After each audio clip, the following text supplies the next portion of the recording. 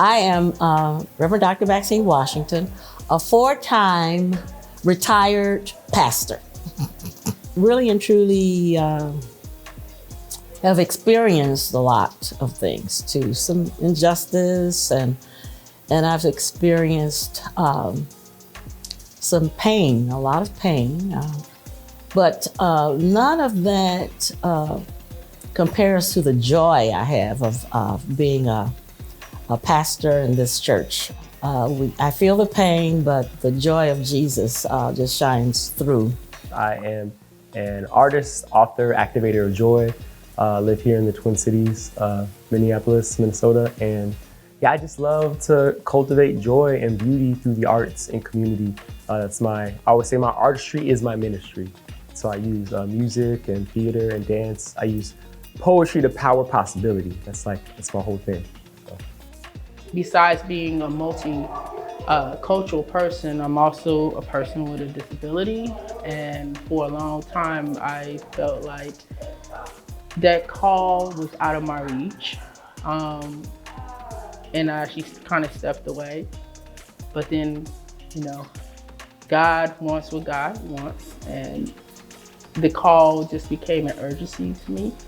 And I went in full, and I'm now thriving. I am Deacon Adrian Gray, and I'm an ordained deacon with the ELCA, and I'm also a deaconess with the Lutheran Diaconal Association, and I describe that as my community.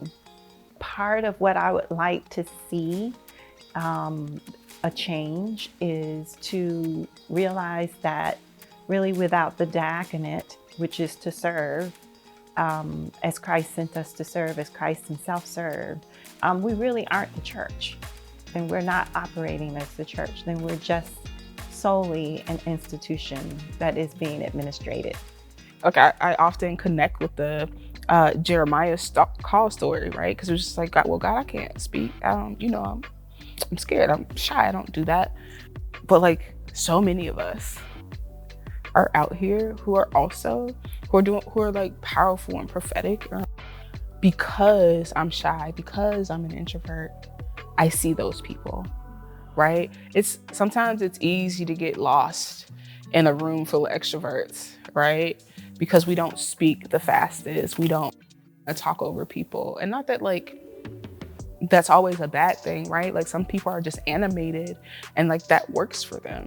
And I think that that's fine. I just think also there are people who might struggle to feel seen in those environments. I was one of those people, but there were people who saw me, right? And like, I think it's now my turn, right? To see the people like me who weren't always the up and out there. So I'm the Reverend Dr. Lawrence James Clark, the pastor of St. Mark's Lutheran Church, and I am unashamedly African American and unapologetically Lutheran.